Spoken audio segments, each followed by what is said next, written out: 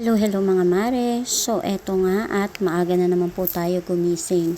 Dahil tayo ay magluluto ng chicken pork adobo para sa aming baon sa school. 4:30 nga pala ako gumising dito dahil marami pa akong gagawin at medyo matagal maluto itong chicken pork adobo. Kaya inagahan ko na ng gising. Pinilit ko talagang gumising na maaga kasi baka na naman bumaba yung mother ko bagong opera mata niya, hindi siya pwedeng magluto. So, naglagay nga lang ako ng konti mantika dito at wala na pala kami mantika. Nakalimutan namin bumili. Inumpisahan ko na mag-isa ng bawang at sinunod ko na rin yung sibuyas. Buti na lang binaba ko na pala yung mga meat sa freezer dahil ayan, medyo frozen pa nga siya. Kaya binabad ko pa siya sa tubig.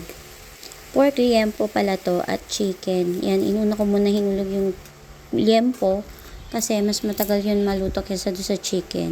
So, ayan, inayaan ko muna siya maprito-prito ng kaunti. Tsaka ko nilagay yung toyo. Yan. Half cup ng toyo nilagay ko dyan. Nilagyan ko na rin ng suka at ng tubig. Naglagay ako ng 3 dahon ng laurel dyan para mabango yung ating adobo. Dati ayokong amuyin yan. Pero ngayon okay na. Ayan, naglagay din ako ng paminta. At ayan, pampalasa din yan. So, tinakpan ko muna siya, inayaan ko muna siyang kumulo para maluto yung suka bago ko siya hahaluin. So, ayan na nga, hinalo-halo ko lang siya ng konti. Tinikman din ng nanay ko kung pasado na sa lasa niya. Yan. At yung anak ko, ayan, ay magpa-baby sa daddy niya. Naglinis na rin pala ako ng kwarto dahil wala na naman kaming pasok dahil sa smog. Nung naglipat kami, itong mga bag ko lang hindi ko pa naayos. Ayan, sa dami ng bag ko, hindi ko na alam kung saan ko lalagay. Yung iba nasa antipolo. Yung table ko, hindi ko pa naayos. Ang dami pa nga ayusin.